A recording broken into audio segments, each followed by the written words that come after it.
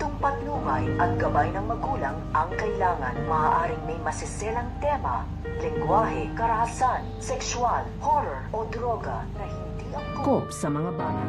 So ito nga si David ay magkakaroon nga ito ng panibagong multal na kaaway dahil sa pagdating nga nito nga ni Joseph dito nga sa kanilang pamilya ay magiging kasosyo na nga nila ito dahil ito nga pamilya nito nga ni Joseph ay mayaman nga dito at meron nga silang pagmamayari ng isang pasugalan at ipapakilala na nga nito nga ni Joseph ang kanilang bagong makakasama dito nga sa kanilang trabaho sa pangunguna na nga nito nga ni Ramon. Kaya mapapadalas nga dito ang pagkikita nito nga si David at ito nga si Joseph at dito na nga mag-uumpisa ang kanilang pagtalo at ang kanilang pagkakainitan sa isa't isa dahil hindi nga magkakasundo dito ito nga si Joseph at ito nga si David. So makakaabangan nga natin dito ang mortal na makakaaway at makakatapat nito nga ni David na ito nga si Joseph. Yan ang ating mga pakakarutuhan at pakakaabangan